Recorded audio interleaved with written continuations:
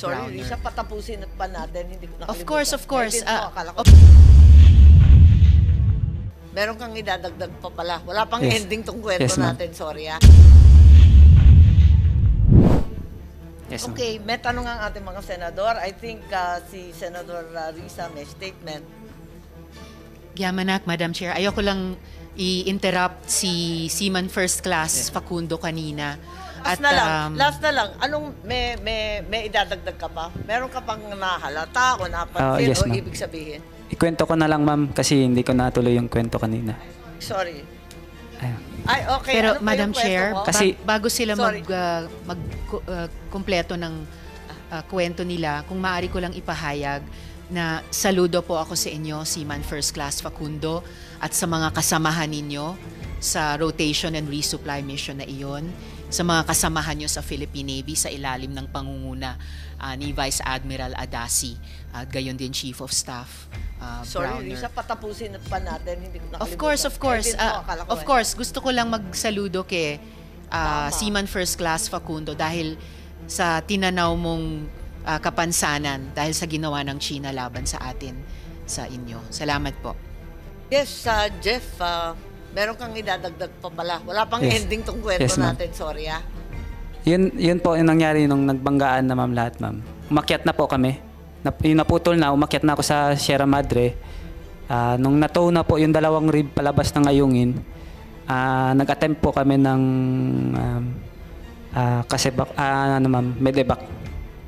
medical evacuation. Yun nga nangyari. Rubber boat. Nung around 1 nautical mile na kami, ma'am, from Sierra Madre, binutas po ng Coast Guard yung rubber boat namin. Chinese Coast Guard. Alin ang binutas? Yung rubber boat po, ma'am, yung maliit. Yung Yung sinasakyan itim. ng Medivac? Kami, ma'am, sakay kami ng medevac. First attempt namin. Then Okay. bumalik kami sa Sierra Madre po. Kasi butas na yung Tama. lulubog. Pagbalik namin ng ma'am, doon na kami nag-stay hanggang sa gabi ng alas 11 ma'am, na Ng gabi? aboard na ako sa Philippine Coast Guard, ma'am, vessel. Doon ka kinuha na ng Philippine Coast Guard? Hindi, ma'am, kami yung mismong pumunta sa rib ng Coast Guard, then yung rib ng Coast Guard, ma'am, papunta sa barko nila. Mga 20 nautical miles around 20 nautical miles galing Ayungin Shoal, ma'am. Tapos, pumunta na kayo sa barko ng Coast Guard? Yes, ma'am. Tapos, Tapos yun na po yung huling, inuwi ka na? sama na rin yung dalawang boat namin, ma'am. Tinila na rin ng barko ng Coast Guard. Binutas nila yung sasakyan, pero may sinira rin ba doon sa Sierra Madre? Wala. Ang mga Chino, wala. Nagbato lang sila ng mga corals, ma'am. Ha? Binato nila ng mga corals yung tao sa taas ng Ayungin. Saan galing? Sierra Madre. Saan Sa rib galing nila, yung ma'am. coral? Sa rib nila. Malamang sa dagat din natin, Madam Yeah, Chair. oo. So, yung Chinese, binato Yes, binato, yung Sierra. Mga Kailan to? Yun, same day, ma'am, ng nangyaring insidente. Kasi sabi mo, 6 a.m. ka dumating, di ba? Kami, ma'am. Kayo, 6 Yes, a.m. ma'am. Di kayo nakaalis hanggang 11 ng gabi? Ay, hindi po, ma'am. Ako, ma'am. Hindi, kasi di ba 6 a.m. kayo dumating doon? Anong oras kaya yung mga Chino dumating? Mga 6:10. O talaga, 6:05, ma'am. Agad-agad. Sabi mo nga, 5 minutes. Yes, ma'am. 5 minutes, ganyan. Anong oras sila umalis? Nung nahila na nila yung dalawang rib palabas, ma'am. Mga bandang kailan na yun? Matagal ba kayo? Matagal ba sila ron? Hindi ko, mga around 1 hour din siguro, ma'am. 1 hour. I-ano ko na lang sa iba, ma'am. Hindi ko nakita yung oras, ma'am, eh. O, syempre. Pero yung more or less parang isang oras rin yung hinila nila. Tsaka sila umalis. Yes, ma'am. I see. Ay, mag-uumaga na pala. Ay, ano na pala yun, ma'am? Mag-alas 8 ata. Kasi maliwanag na Mataas na yung naman. Yes, araw. ma'am. O, ang init-init ngayon. Yes. After 1 to 2 hours, nag-alisa na sila. Yes, ma'am. After, Sabay- nung nakuha yung dalawang Rib. Yes, yung ma'am. dalawang rib. Yes, ma'am. Okay. Mula 8 o'clock hanggang alas 11, walang may alam na nandun kayo. Alam, ma'am, kasi kami ng med-evac ma'am, nag-attempt kami ng yung first med-evac. Pero yung first attempt ninyo, anong oras yun? Around 9 a.m. din na, 8 or 9 din ma'am. Agad-agad din ma'am. Nung nahila na yung dalawang rib, nag-ano rin kami ma'am, nag-rubber boat din kami. Kasi habulin nga ma'am, habulin namin sila. Para, kahit dugoan ka? para sa med-evac ma'am, sama kami sa kanila. Pero hindi namin alam na, hindi ko pa kasi alam na that time na hinihila na pala yung rib natin ma'am. Tama. So, bumalik na lang kayo sa Sierra Madre at mag-intay kasi wala na kayong choice. Kasi binutas nila yung Binutas yung rubber boat natin ma'am. rubber boat. Yes ma'am. So, nag-intay kayo gabing-gabi na, alas 11, halos sa Alas 7 kami nakaalis sa Ayungin ma'am. Then, around 11, mag-12 na ng midnight, nakarating kami sa barko ng Coast Guard ma'am, PCG. Okay. Okay. May dadagdag ka pa? Anong pakiramdam mo nung panahon na yan? Wala, okay lang man sa akin na Okay lang, sige lang. wala man akong ano ma'am, yung pinag-alala ko lang kasi yung nawawala yung dalawang rib namin. Tama. Nandoon yung tropa din na kasama doon. Yung mga kasama mo? Yes ma'am. Inaalala mo lang yun? Yes ma'am. Oo. Yan lang ma'am. Wala kang nararamdaman na iba? Wala kang sakit o tama maliban sa daliri mong nadali? Ayos naman na napagaling naman sa hospital. Nagre-recover lang na amoebiasis. Oo nga, tama. Maraming salamat at Thank you ma'am. Thank you ma'am. apakatindi ng dinaanan ninyo. Back to Senator Risa po. Yamanak, Madam Chair.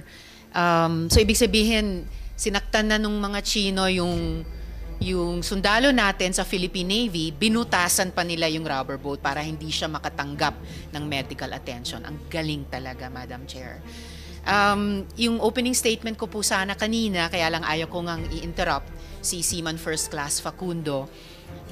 Preliminarily po, kaugnay nung unang agenda natin ngayong araw, at the proper time, maghahabol na lang po ako ng ilang mga tanong sa Department of National Defense tungkol sa ating cyber defense doctrine kaugnay nung Chinese influence operations. Pero kaugnay po nitong ating kasalukuyang agenda, Madam Chair, China's actions at Ayungin Shoal must be condemned repeatedly and relentlessly. As a Filipino and as a senator, I share the hurt and pain of the Philippine Navy over our wounded personnel. China severely violated not only international law, but our human rights. This is unacceptable. Violence should not be committed on our seas. We must push for a de-escalation in the West Philippine Sea. Our security establishment, however, has to be prepared for continuous unlawful escalation by the Chinese government. We have to be prepared for every contingency. What are the probable scenarios? Are we prepared for a blockade by the People's Liberation Navy, Chinese Coast Guard, and maritime militia? A blockade of the BRP Sierra Madre? The rules of engagement established by our policymakers have to be very clearly and carefully communicated to the boots on the ground, or on the water in this case. We don't need any misunderstandings or miscalculations.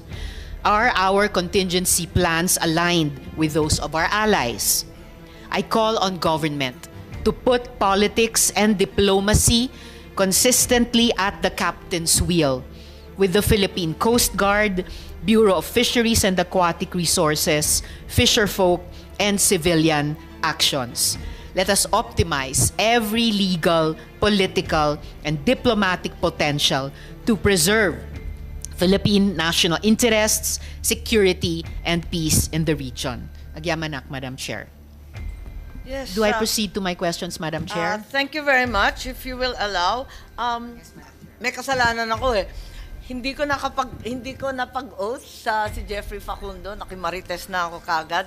Pero lahat ng sinasabi ninyo, nasa record naman natin at inaasahan ko na lahat ng sinasabi mo ay tama. Baki na lang bigay ng oath, sakasakali hahanapin pa natin siya. Secretary, please. Atrasado. Ma'am, Pasensya. may correction pala ako ma'am. Yes. Pitong- Teka muna.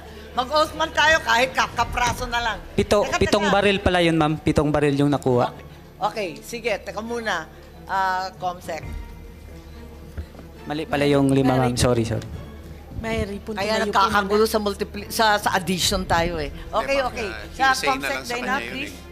Hearsay Sir? na lang yung baril sa kanya kasi hindi naman niya alam. I think later, ma'am, we can give a more factual account.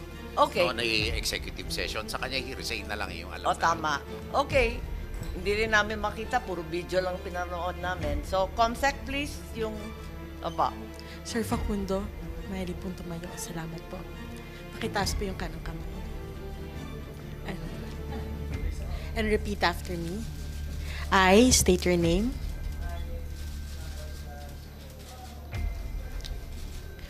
Do hereby swear